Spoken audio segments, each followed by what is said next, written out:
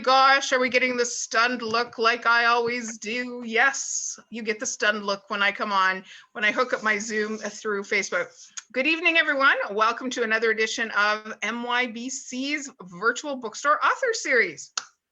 And this is where I give you the opportunity to meet the authors that are in my life, or people that have referred me books that I've read, and then I get to meet the authors.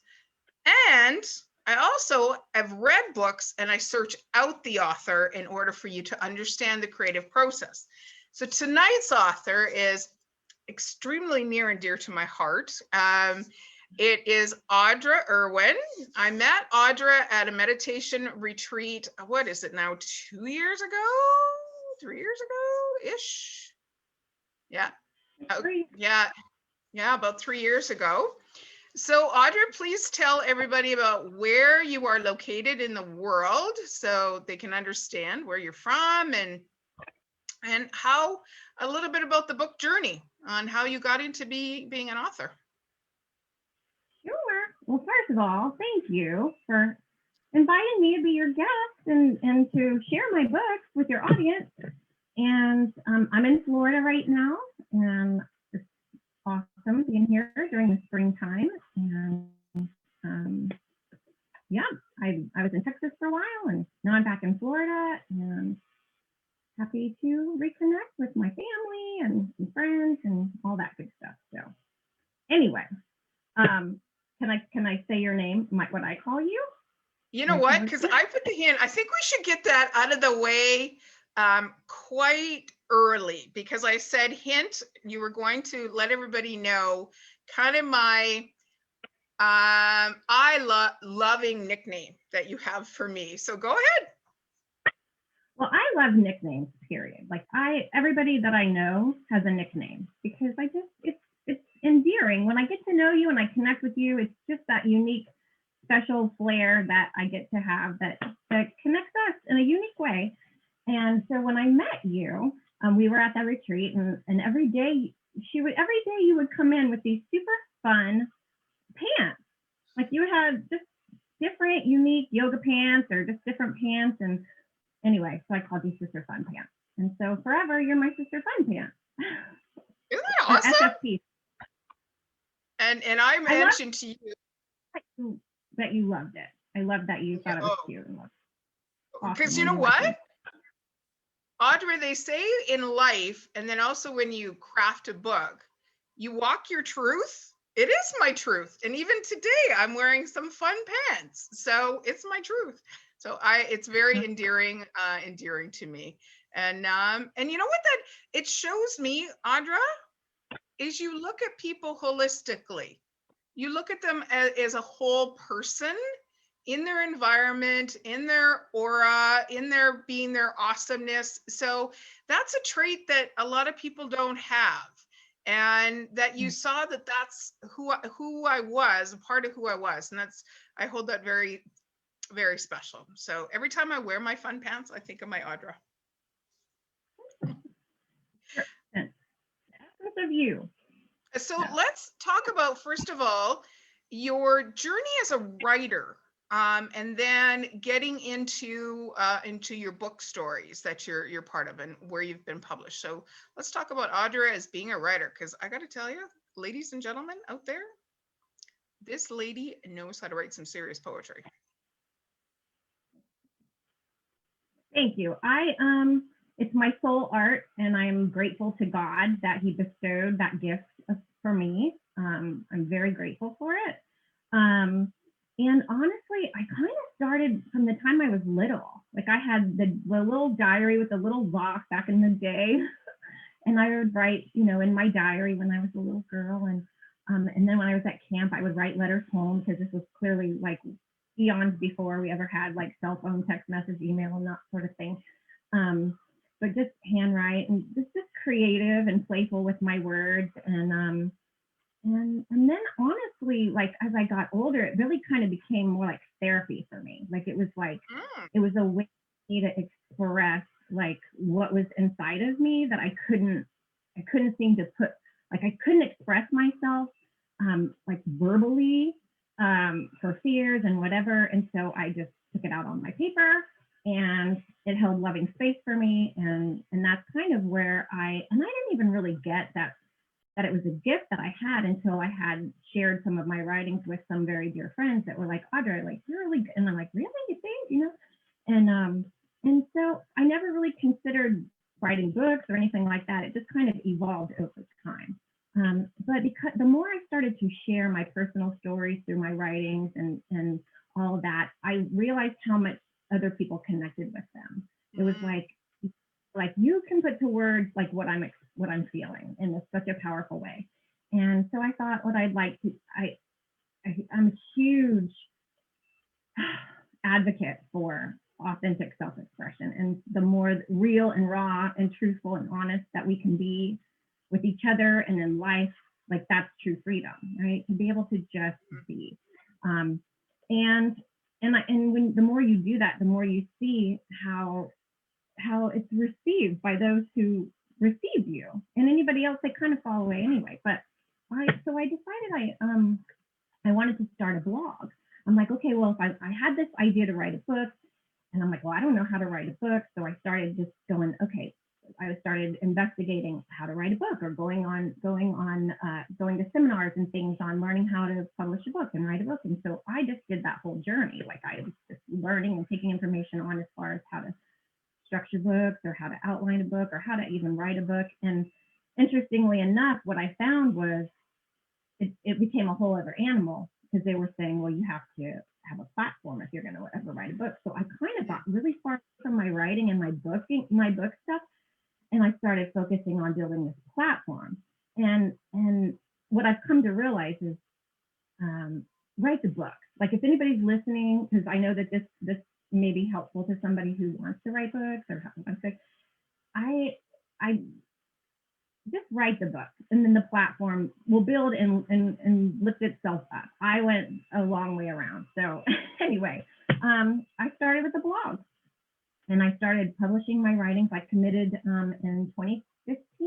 I committed to a daily blog. I said I'm calling it Daily Inspired Musings, and I'm going to publish for a year. That was my goal. 1 year, every day, 365 days.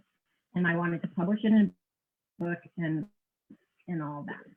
So I did. And man, when I committed to that was probably the greatest thing I did, Jeanette, that helped me build my true writing muscle.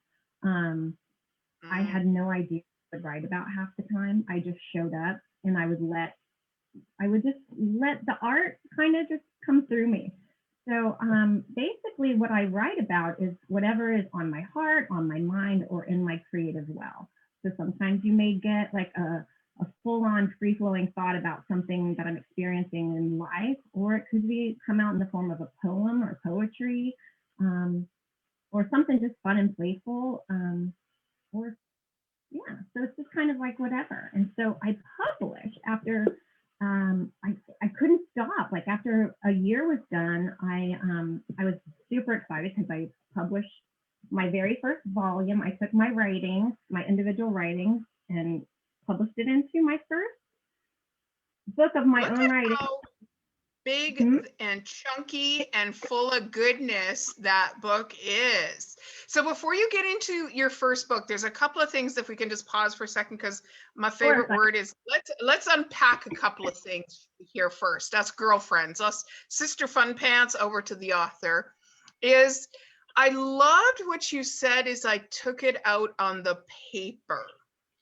That just I get chill bumps even just thinking about that, because I think I often say I believe and can feel that if those words came out directed to the person or thing or situation, the harm and or was the intent not going to be received to how your heart wanted to receive it. So I think that is so powerful in the message, that if somebody has got something going on, and we tend to, who can I take this out on?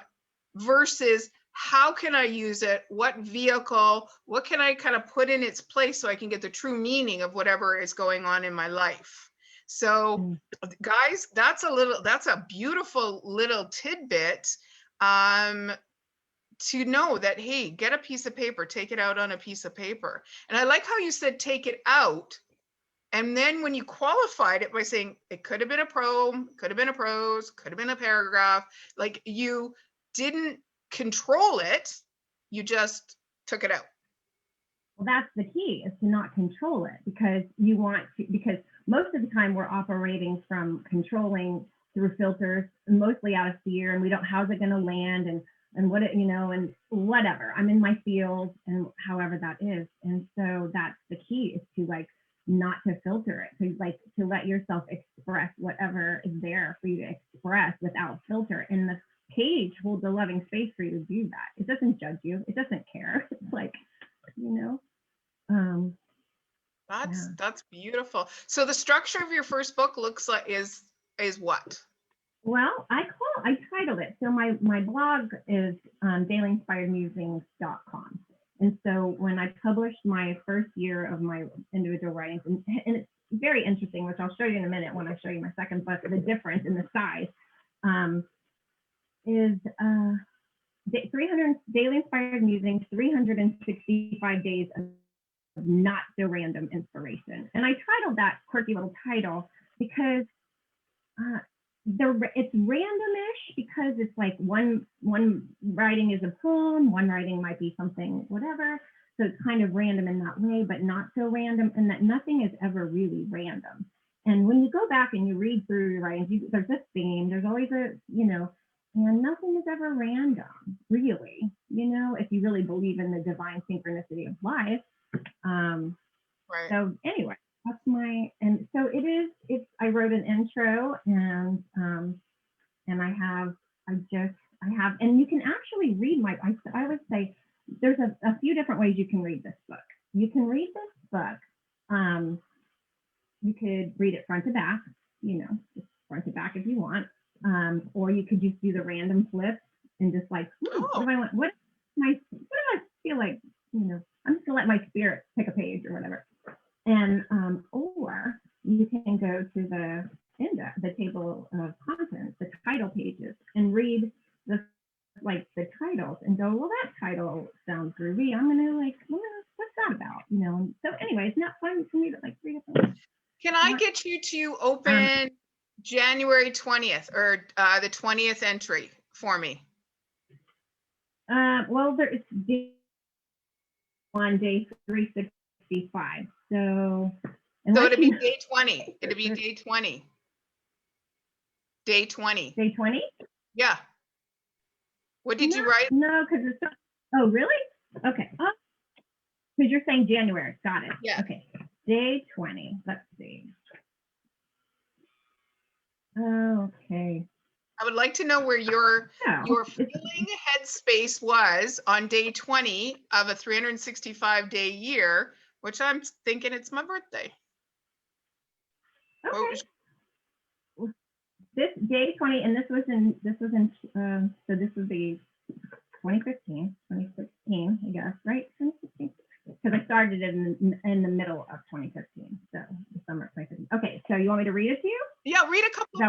Read a couple of sentences where you were. Long.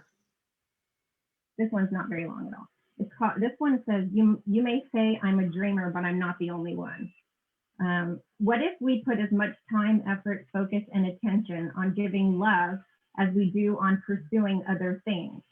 What if love was the pursuit of happiness? I believe it is. Imagine a world where our human primary focus is to give as much love as we possibly can, daily and freely, without expectation of anything in return. What if that was all we were really here to do? What if that is what we are truly seeking? Nothing external to fill any such seeming void when the reservoir of love is overflowing. We naturally fill our cups without love. Call me airy-fairy woo-woo girl in her bright pink bubble whip and high in the clouds, that's okay. I will sit perched up here because that is where eagles soar. I'm just saying, this is my truth, and ultimately I believe in the truth that love is the answer. Love is all we need, and I imagine a brighter, better world for all of us. Or a beautiful beginning. It's kind of funny for me. It's kind of... Oh, but that's like so me. Your headspace was in my headspace. Well, I that's love. it is so you. It is so you.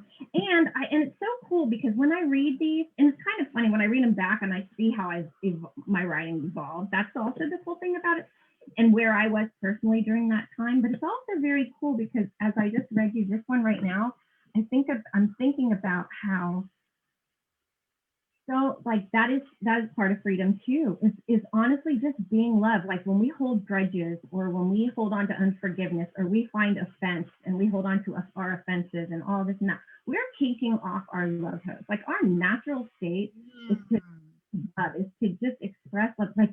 Like we come from God, which is love. And so anytime we're putting up walls or we're filtering our, we're taking off love. And so I think that writing speaks to that. Then in that it's just like love anyway, just love, because that's freedom. Oh, that's beautiful. So let's fast forward to the next book. Yeah. So the next book, so I kept going. So this was my first year of my writing. And then so 3 years, I published on my blog every day for 3 years. 3 years. And then I said, you know what? Okay, I got the t-shirt. No, I didn't just get the t-shirt. I got 2.5, almost 3 published books. But it's interesting because my first book, they're both years of writing, but this one is fat and this one is like this. And it's kind of the difference is I was like more poetry in the second year, shorter. I didn't have you know what it was? I think I got everything I wanted to say out. I know I'm a person. But I was like, so it got a little more condensed, but anyway. And then the third book that you're in? So because of I was in the process last year of publishing that, and COVID happened, and it just kind of put a pause in with the publishing part of things. I have somebody that helps me with that, and so it's delayed. But I will have, my goal is to have 3 volumes. And so beautiful. So I think you mentioned before we came on that you were in a collaboration book as well.